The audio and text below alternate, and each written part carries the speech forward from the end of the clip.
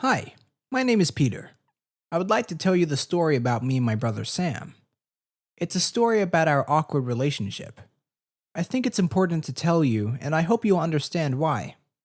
Sam is 9 years older than me, and we are different. And it's not just because of our age. My older brother always had zillions of friends, and I'm not a reclusive, but I've only ever had a few friends, and I don't need any more. But there is one thing in common that unites Sam and I.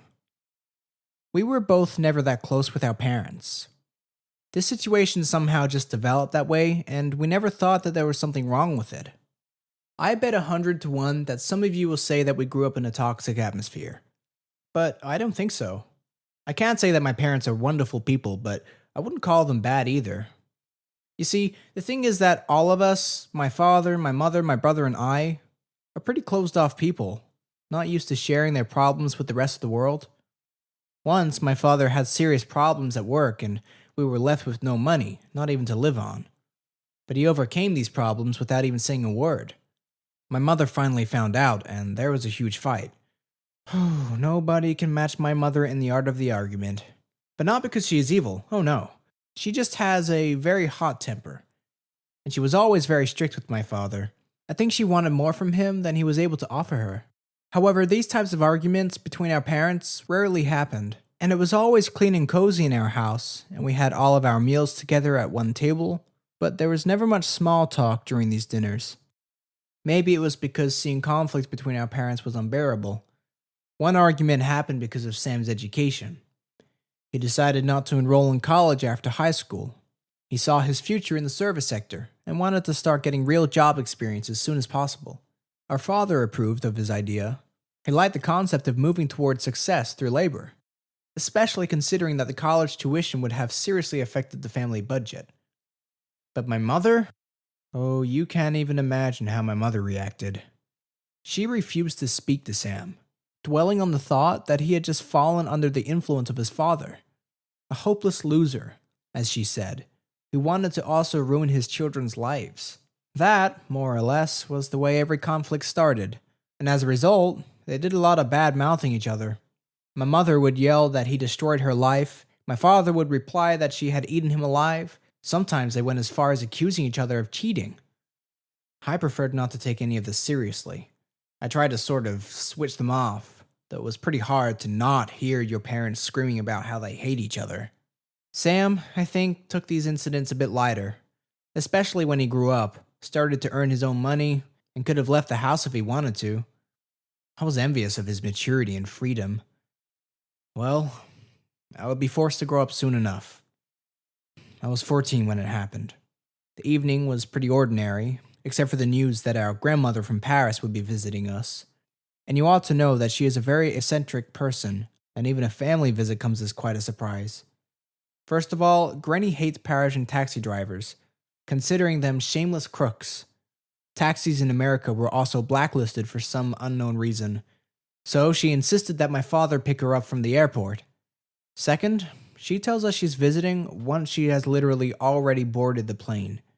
At that day, my father was particularly upset about the odds of having to go to the airport to pick his mother-in-law up. He had had a really exhausting day at work. Sam could have saved the day, but he had been drinking at a bar, so he could not drive, which meant my father had to go. He was very, very annoyed, and he was being super open with my mother about the fact that he had to spend his scarce time off to deal with her mother's quirks. My mother started to boil. A new argument was brewing. Sam gave up and went to his room. I went upstairs to my bedroom. I saw from the window that my mother and father were walking to the car together. It seemed like they had arrived at a compromise, but both were still really angry and were arguing as they walked. I did not want to hear it, so I closed the window and went to bed. At about 3 a.m., I was awoken by the sound of a phone call in the next room, Sam's room. When I entered, I saw him sitting on his bed, burying his face in his hands. It was a loss of control. You know, it happens. If a driver is tired, like our father was, or if something distracts a driver from the road, like for example, an argument with somebody in the passenger seat. If you are watching my story, just remember, These things can end up badly. My mother and father did not survive the accident. It is hard to describe the feeling when you find out that your parents are gone. Yesterday, everything was, well, far from ideal, but it was. And now it's all ruined, and nothing will be like it used to be. And also the feeling of loneliness, which comes after the shock and grief are gone. Now I am 16 and I've been an orphan for 2 years already, and I'm just now able to share my emotions with those who are luckier than me. It was good that Grandma was with us at the moment. She helped us figure out all the formalities, she organized the funeral and paid all the expenses. She even helped us get insurance money, which allowed Sam and I some money to live on for a while. But then, Granny said that her help to her beloved grandchildren was over. She could not take us back to her tiny apartment in Paris, and she did not want to move to the United States, so she said au revoir and flew back to France. And I thought that I'd gotten seriously stuck. The last thing I expected was for Sam to go through the motions and arrange for guardianship of me. But that was exactly what he did. He had a job and earned a small but steady income, and I was grown up enough to live with my older brother by that time. All the formalities were settled, but this was only the beginning of our problems. The first problem we encountered was that Sam could not afford our parents' house, so we moved to a cheap apartment with 2 tiny bedrooms, separated by a wall so thin that even a simple nail could break through it. Now, my brother and I had to live much closer to each other than we were used to or wanted. The 9 years is not such a big difference in age, but we always took very little interest in each other's lives. We had never even gone to the movies together, and we did not have mutual friends that could bring us at least a little bit closer. So, locked together in this tiny apartment, we started to annoy each other. But there were also more basic problems. For instance, Sam refused to take part in any housekeeping duties. Oh gosh, how mad I would get that he had just left it all for me, with the excuse that he earned the money for both of us. I had to wash my clothes and his, I had to clean the apartment, and I even had to learn to cook.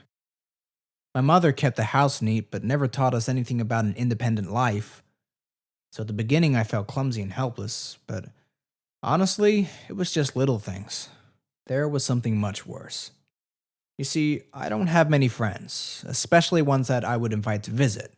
But if Sam came home from work and saw any of them, he did not even try to hide the fact that he was annoyed. He didn't want to see high school kids at his house when he wanted to come home and relax after a hard work day. So I stopped inviting friends to our house altogether. But that was not fair, because Sam invited friends at any time, even at night. And every time when he threw a party in our apartment, he asked me to go and take a walk. Finally, I got fed up with that, and I decided not to come back home at the agreed upon time. I did not pick up the phone when Sam called, and it made me happy to think that he was worried. But not because I wanted him to care about me, it was my revenge against Sam for all his behavior. I did not have any money, so I just hung around the city all night, hiding from the police patrols. But Sam finally found me. It was already late morning. I saw his red, tired eyes and realized that he had been looking for me all night long, driving his used car. Later on, I accidentally found out that he skipped his shift that morning and nearly got fired. Neither of us apologized for that night. In fact, we've never talked about it. But since then, we both did not object to any visitors at the house. But Sam's friends did not forget how I framed my older brother, and they disliked me. They started to joke and even made fun of me when Sam was not looking. They never took it too far, so I did not tell Sam about them, but it was unpleasant to listen to mean jokes from adult guys. I could have probably asked Sam to talk to them, but I did not want to tell him about my problems. The only person from my brother's circle who was kind to me was his girlfriend, Jane. She was 20 years old and she was very nice and pretty. I sincerely could not understand the reason why she was dating my ill-tempered brother. I realized that Jane felt pity for me, but I still felt flattered by her attention. When she came home before Sam had returned from work, she would talk to me, and it felt so easy to communicate with her.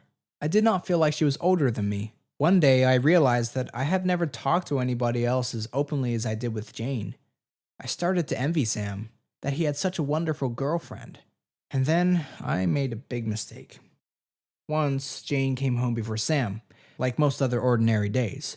We chatted and ate ice cream, and Jane was very nice to me in a special way. She touched my hand every now and then, And then she said that I had an ice cream mustache and brushed it away with her finger, laughing so sweetly. Well, I tried to kiss her. I do not know what I was thinking about trying to kiss my brother's girlfriend, but I almost did it. And what happened next literally destroyed me.